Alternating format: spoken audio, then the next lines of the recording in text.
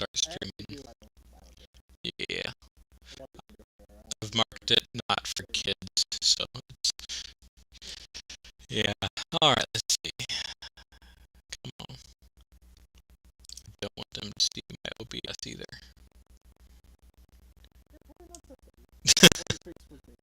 Right? Let me close that and close that. I don't think I need that. Oh, Jesus, spamming that. There we go. Probably don't want that. Okay, so I can see that that's live. Go ahead and open a new tab here. Okay, can you hear me in the stream?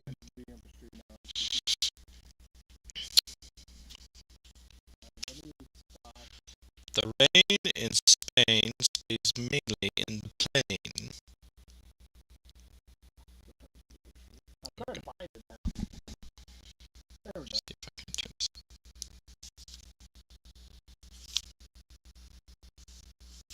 Testing, testing. I'm gonna disconnect it.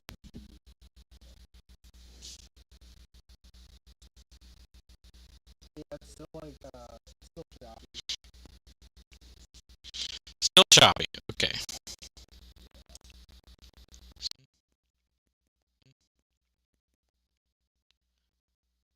Peter Piper picked a peck of pickled peppers.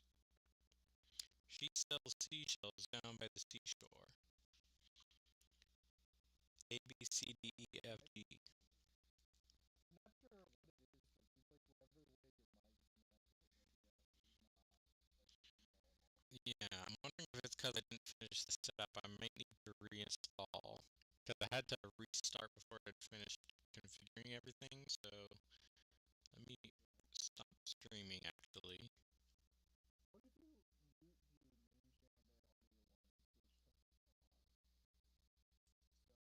So like flip your audio channels real quick. Flip them. Yeah, so you see your active channel, you muted your global, like mute the active and switch to the global. Well, that means they'll be hearing you too. I mean, as long as you're okay with it. Alright, hold on. Let's just delist the VOD and then Testing, testing. Testing. A, B, C, D, E, F, G. My stream's doing something weird. Okay. Oh, I'm not. Am I live? Something's live. yeah, that works better. Just stick with the global. Can you hear me? Fine. Yeah, the global sounds fine. That's weird. I wonder what its settings are. Properties. It's because I didn't. It's picking it up from something other than. How's it sound now? Testing. Testing, testing. Yeah, it sounds fine. Really? Yeah. What's the I would say difference? stick with the global and you're good to go. At least for now until you. I wonder if it's because they were both. Why would it do that? Lock volume on hide all. Hide all. Okay, well, I guess we'll do that. It might also just be the way OBS is like capturing your mic input, and it's just getting all messed up. Right. I'm not getting passed through because you don't have the Discord pass through enabled. Oh, it's not picking you up? Yeah. Well, that's good. It is So weird. if you want, you could probably delete or what is it, delist this stream, start a new one, and then you're good to go. Yeah, I think starting from here is fine. Just a continuance. Just check this. Okay. Alrighty, so, Let me disconnect from Discord then. yeah. You want to just watch? I hung up on the phone. Yep, I'll hang up here. Okay, hey, thanks for the help, man. Alright. Picking up where we left off. So what I was explaining before was some of the things we're going to go over is setting up a fresh environment for local development. And so I'm going to be downloading all the tools that I need on a fresh install. So first thing we're going to do is we're going to get Chrome. And I'm also going to show how to set up a VM with Windows so I can show you the same toolage in Windows. But first things first, Chrome.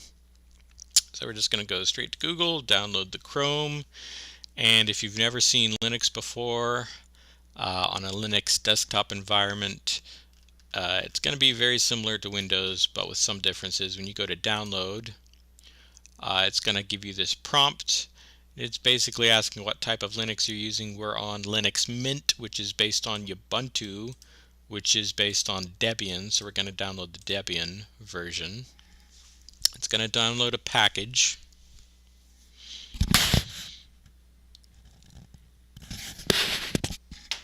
And what you'll notice here with the .deb, that stands for Debian. And the other one was RPM, which stands for Red Hat Package Manager. So you can kind of identify what packages are for what system based on that. Another way you can do this too is with another tool in Linux, which is the CLI. And I'll go over this pretty heavily. We're going to be spending a lot of time in the CLI. The CLI is to give commands to your computer for it to do things. And what you're looking at is essentially you're inside the file system, but with an interface you can talk to your system with. And if you look at the file system, like going into folders, this is the exact same thing. If I go here at home, you can see the location is my home, and we can go outside of that and there's the global home, which has other users. You can even go deeper in there, and you'll get to all sorts of different directories inside the file system, and we'll take some time in the future to go over what some of these directories do. But we can navigate that same way from the CLI. If I want to see the file system, one thing I can do is say list with ls, and you see those exact same folders. These are folders, they're blue. We also call them directories, especially when in the CLI. And CLI stands for Command Line Interface. All right, Command Line Interface, CLI. So you've got ls that'll list everything in the system. I just heard a Discord noise. Ls will list everything in the system. You can also pass options to your commands. Ls is a command for list. You can also say, give it a dash for an option you're going to give it. And I like to do LAH. And this is a special syntax that says list all, and the H stands for human readable. And the reason we'll do that, you'll see here you get a lot more information than just the standard list here. And it's literally listing everything about your file systems. So you can see, like on the documents folder, you can see the date that it was created or modified, and the timestamp. So you can see January 21st is pretty much when I set this box up for the first time.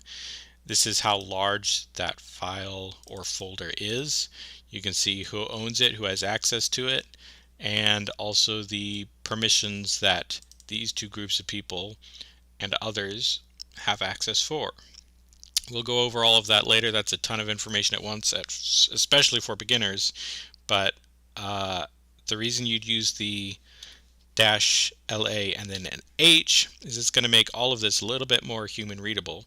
And if you look at the differences, that's a lot more readable. Instead of just a straight number like 4096, that's how many bytes. You can see 4096 bytes is 4 kilobytes. What other differences? That's pretty much the only one. As you get larger and larger directories or folders, these can be, gigabytes worth of information. And a gigabyte written out in bytes is going to be pretty long and difficult to calculate. You'll see some of these are already getting larger. What's 201,000? Oh, okay, 4 kilobytes? No, 197 kilobytes. There we go. You can also see a lot of different things that you never saw before. If I do LSL, you get a basic readout. I don't know what just happened. The screen went black. You get a basic readout of your file system. But you notice LSL is giving us this list,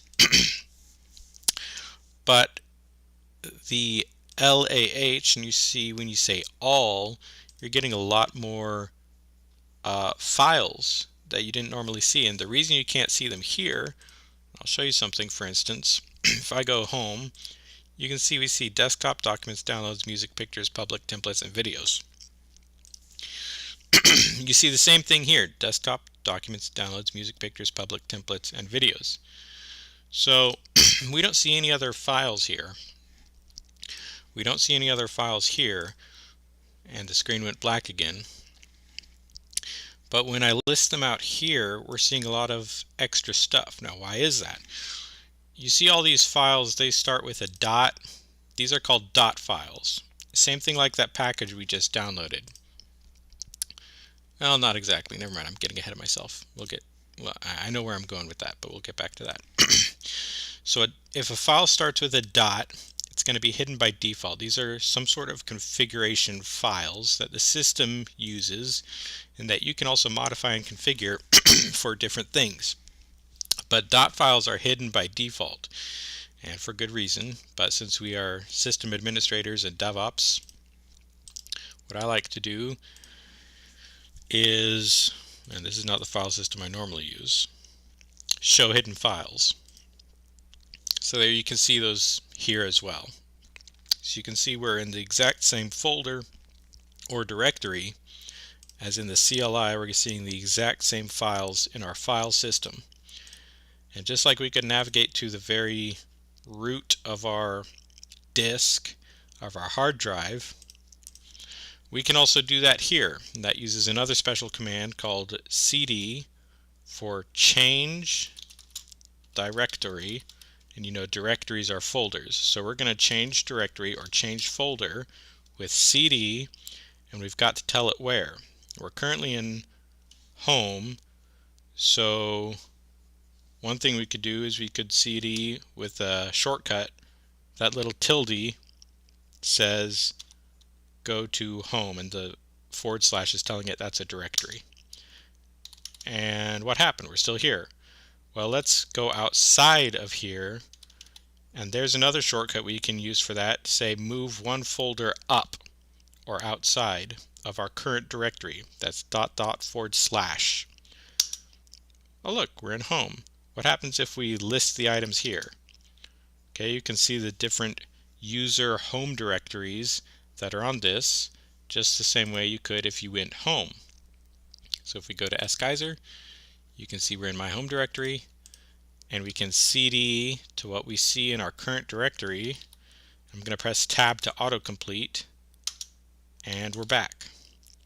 Well, if we want to go out further, you can see in the folder we could go all the way to our hard disk drive, which you can see as the icon here, or file system. You know, if we're in documents, we can say file system and it takes us right there. Well, there's another shortcut you can use. It's not really a shortcut. You're going to tell it the exact name, which is / that takes you to the very root. You can see we've got all these different folders here, same as we see here, and you can tell that we were just in home, right? And you can say, well, what if we want to go further than that? Maybe I'll try going outside of this. Well, you can't. That's as far as you can go. This is the very top level of your file system or your hard drive.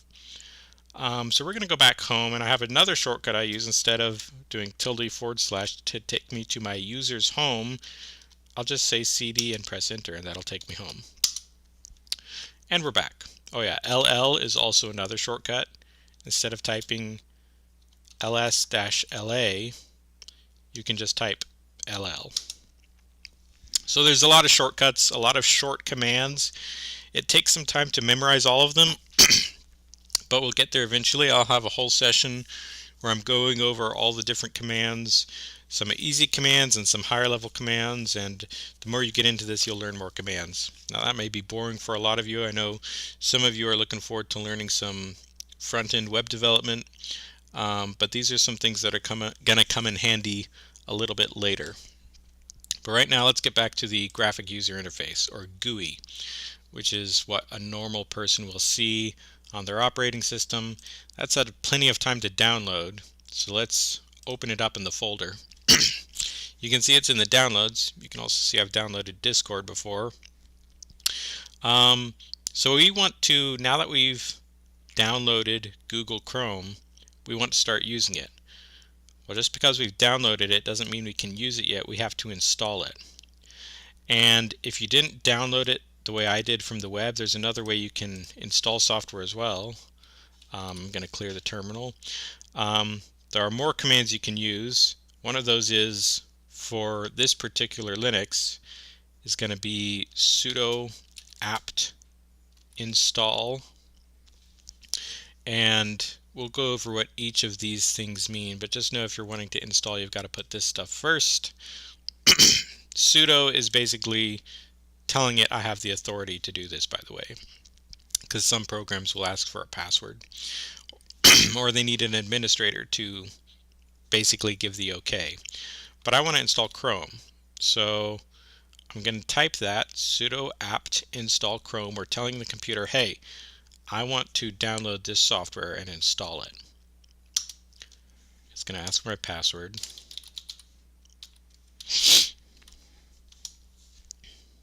And it can't locate it. And there's reasons for that. There's probably a different name of the actual package. If you look, you can see it's got quite a long name. It probably needs to be something similar to that. But there's also one other way. Okay, you know the saying, there's 1,000 ways to skin a cat? We're going to go to our menu, and we're going to click on this icon, which is the software manager. And you can get a list of all the software available to us from this location. This is like the Windows Store, if you're familiar with Windows. Here's something really interesting that we're going to be getting into anyways. So since I'm looking at it, I'm going to go ahead and click on it and show you installing this package or software. This is VirtualBox. I mentioned earlier we're going to create a virtual machine. So I'm going to go ahead and install this because that's what we need to do that. And that needed my password, which means that it requires admin permissions. So go back to the front of our store. I'm going to search for Chrome. You can see there's a lot of stuff that came up. You've got something called Chromium, which is the open source version. And it doesn't look like Chrome, Google Chrome, is available to us right now. And I do know why, but we'll go over that later. Right now, we've already downloaded it, and you can see that there's different ways you can download software. There's the store, there's the internet, there's the CLI. Another thing you could do as well with the CLI is install VirtualBox from the CLI. Pardon me for the cough. Take a sip. Okay. And you can see it's saying that it's already installed, so that's fine. I just wanted to show you that. So we've installed VirtualBox. It's got a green check mark. We still need to install Chrome, so I'm going to double click on this. And another thing you can do as well, we've downloaded this. We're in our home. If I cd downloads, that means I'm changing directory to the downloads. You can see our package right here. Another neat thing is, since we have access to this in the CLI, I can do something with it in the CLI, meaning I could install this package we downloaded from the CLI. But I'm not going to do that because this is much easier, and this is how I normally do it anyways, unless I don't have access to an interface. So we double clicked on the package. It brought up this little program, and it's telling us some information about the package. We can tell it's from Google, who developed it, all this stuff. Mostly we don't really care about that, but it's good to be able to see that stuff. We're going to say install. Password again.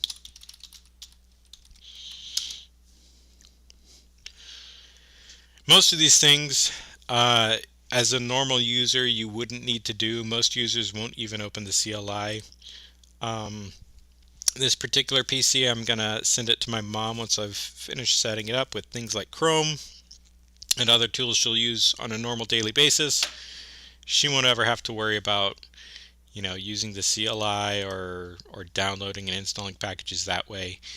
It'll all be set up with everything she uses, and she'll just kind of click around like she normally would on a Windows system. I'm also going to make it themed out so it looks just like a normal system that she's used to, but this is installed. So we're going to go ahead and get it. Just went to my menu down here, type in Chrome, there it is. I'll open it up. I will make it the default browser because that's what we're going to focus on. There was a long time where I used Firefox as my default browser, but recently, for the past couple of years, I've been using Chrome. So Chrome is opened, we have it. I am going to go ahead and pin it to the panel. That way it will always be here whether it's open or closed. I'll close it just to show you. It's still here. I can click on it, open it up, and there it is. If I unpin it, when I close it, it'll go away. I don't want that, so it's pinned. Okay, so we have Chrome. Now what? I'm going to go ahead and download some more tools. Speaking of the CLI, this is the default CLI. It's pretty boring. It's difficult to look at sometimes, especially if you have a lot of output like, how could I show that? I don't know, sudo apt update. Just going to run this. If you have something like this and it just goes for hours, not necessarily the update command, but there are commands you run that will spit out tons of information, and it could go for days, and you'll be scrolling and you're looking at all this white text. Or even if you have a different theme, like I have a dark theme on my system. If I had a light theme, this would be very glaring and annoying to look at. It'd be like a lighter background and darker text and just very difficult to read. Um, you can see a lot of stuff happened. When you're looking at this all day and you're scrolling up and you're scrolling down and you're trying to read the output, it's just inadequate. So one of the first things I like to do is I like to install a custom CLI or command line interface. This is my go-to. I'll show you a couple of other ones, but you can see already just from their images it's a little bit different, and I set up mine to be way different. I've got a very kind of special theme I like to use, so we'll go ahead and download that. You won't have to worry about this. I kind of know what I'm looking for. There's a lot of stuff here. I know I'm on Linux. I know it's not ARM64. I know it is going to be a Debian, but this is not the right package. I'm looking for something like that, but that's an app image. This looks correct. x64. Yeah, I think that's correct. So we're going to go with that. Linux x64 Debian. Get that downloaded. I don't even know if the stream is still going. Yep, okay.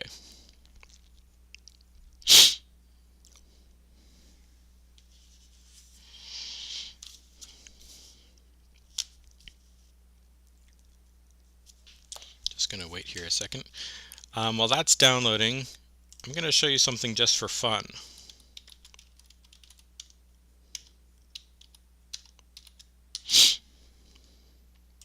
Here's another terminal that I actually unironically used for a little while. This is like the very old computer systems. You can, well, that's a bad preview. You'll see when I download it. Well, there's a good one. It kind of gives you that curved monitor look, like the really old, pre-LCD screens This was kind of the, they had all the tubes in the back, and they had a funny smell and all that stuff. In fact, if you ever watched Superman 3, this was the kind of computer system that, not the main character, that's Superman, but the Richard Pryor's character, he used a computer like this. Maybe even a slightly more advanced, but it looked like this. And this is really fun, especially for getting started, and it kind of feels like playing a video game. If you start using something like this, there's a Fallout theme. I really love this look.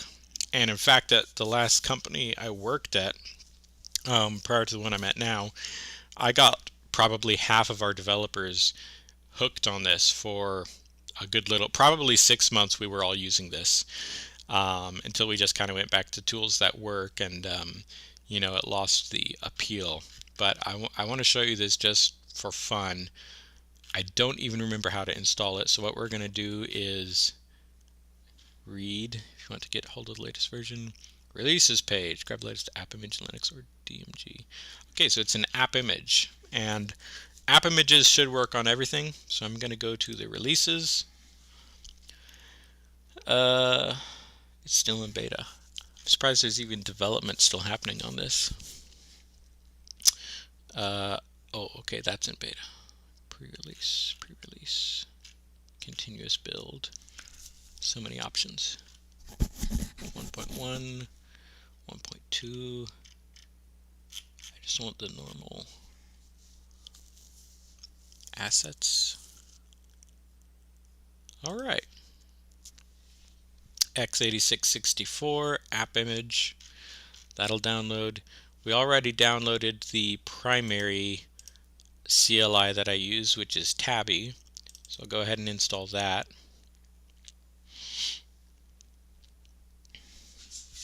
And I think as soon as I get these installed, I'm going to go ahead and install Windows in a virtual machine, so I can show you all these steps that you would normally do if you are following along in the future or live and you are using Windows. So install package. This is Tabby.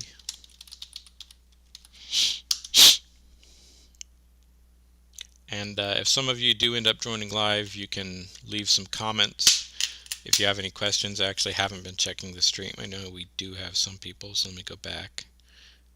I don't see any other comments, although that needs to be refreshed. Okay. All right. Not sure if anyone else left any messages.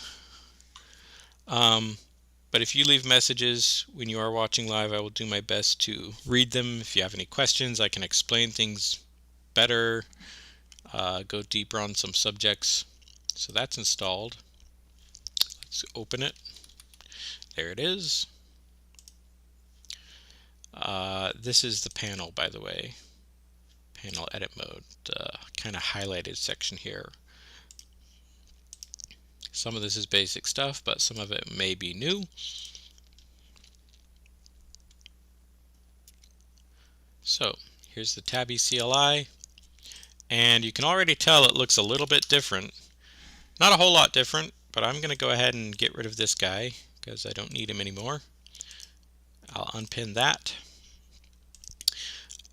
Real quickly, I am going to change the theme. There's a lot of customization we can do, but at the very front, I want to just change the appearance. Nope. Color scheme. So what's one that I really like? There's a whole lot of options, and I haven't picked them in a minute.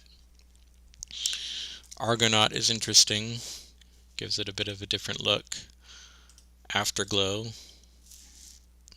Can't remember. There is one I used way down here. I remember it's called Forest or something like that. Fun Forest? No, not that one.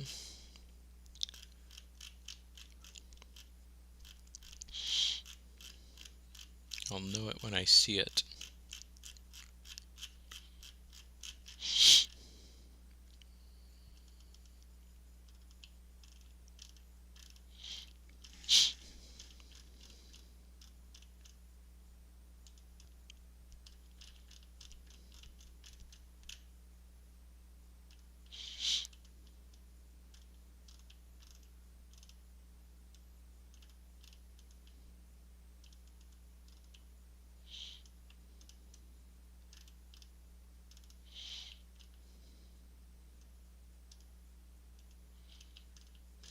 Maybe it was Fun Forest.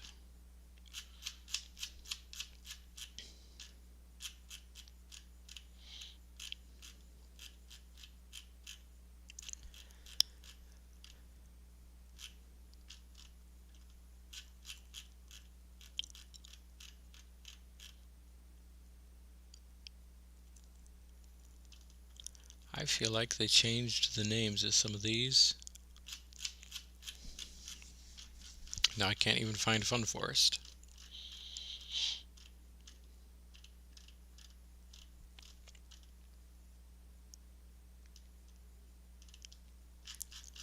Hold on, there's something at the top here. I know I just saw it go by too. Hold on.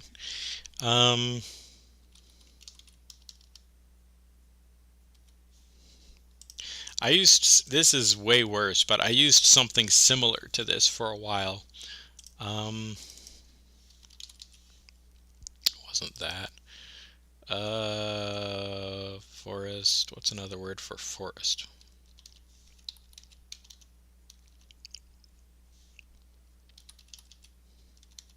Oh, I don't know what it was. Anyways, let's pick something. Afterglow, that should be fine. I'll change it later. There's a very particular one I use. But Cool Retro Term is finished, so we're going to install that. And this will be a fun experiment if you end up downloading this. You can kind of navigate the file system. I'll show you a couple of commands you can play with. Close that. Come on. Oh, I know why. Always have to do this with an app image. You have to go to permissions and allow executing file as program. Now, something is weird with my throat. Okay, so here's our terminal. Looks like an old CRT, is that correct? Something. I customized the theme on this a little bit too on my system, so it was a little bit more bold letters, and I think I adjusted I think this thing that's going down the screen gets annoying after a while, so I got rid of that and just had it look like this with kind of the shimmering look. But here's some things that I'll show you. Yeah, I just press enter, by the way, to do that. Create a new line. Control L clears it. If I do an ls, let's say, actually I'll do that. Let's say I want to see the contents of some of these files. In fact, there was something else I was going to show you. Clear screen.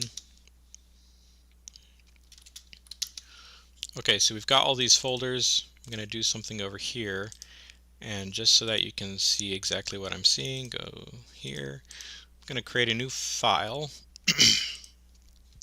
Test,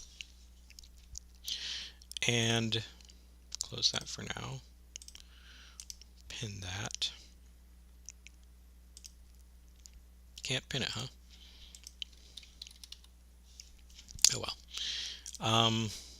If I ls again, you can see test. Now that's a little bit harder to differentiate between the folders. One thing you can do to make it easier, I'll call it test.txt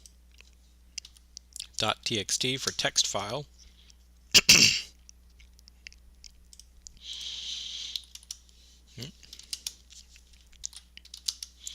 And there it is. You can see that it's slightly more orange. It's a lot easier to tell with something like this. There it is.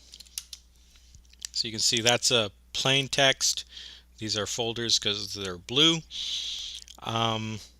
Let's edit that file. Close this. I want to edit this. I don't want LibreOffice.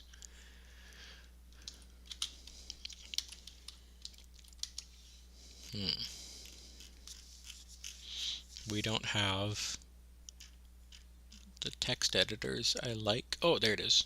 There's one. Not the one I like, but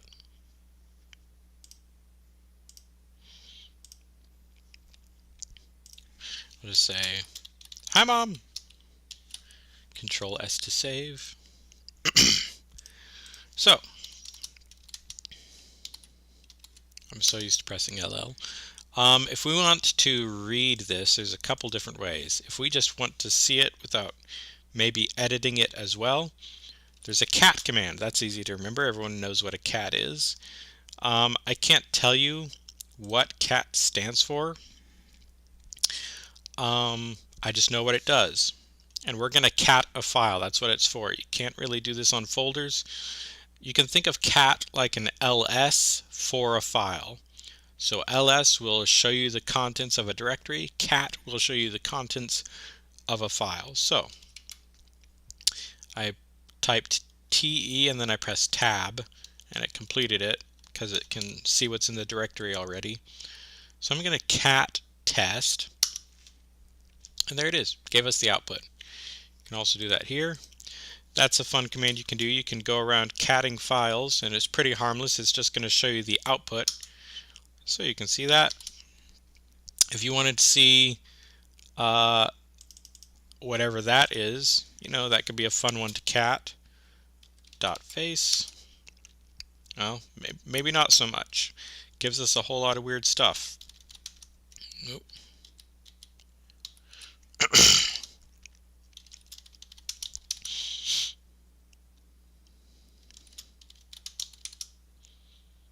Yeah. I'll go over some more stuff here soon, but just keep this terminal in mind if you end up downloading it. It can be fun to explore and kind of learn your operating system. We can do sudo apt update.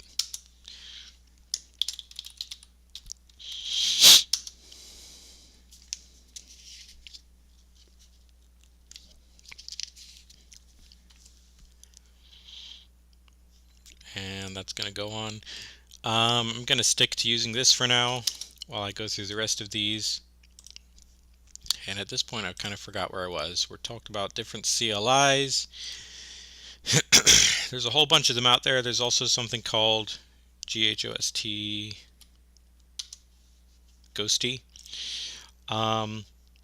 I've tried it once before. I think there's tons of them. I mean, there's so many, but Tabby is my favorite. I'll close that. So yeah, I've got Tabby. I'll stick with it. I'm going to show you these same steps, and this is going to get repetitive, but if you do use Windows, and I know my brother may watch eventually, and he does use Windows, so for those of you who don't use Windows, stick around for just a minute because you can see how to install VirtualBox. You can install a virtual machine with VirtualBox. Wow, it's actually been an hour. This must be set to Central Time. Okay.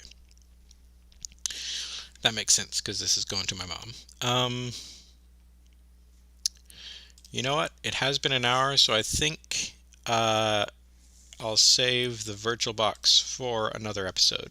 Also, my voice is giving out. So, if you saw this live, thanks for joining. If you see it recorded, this should be available as a recording later. So, thanks for joining, and I'll see you next time.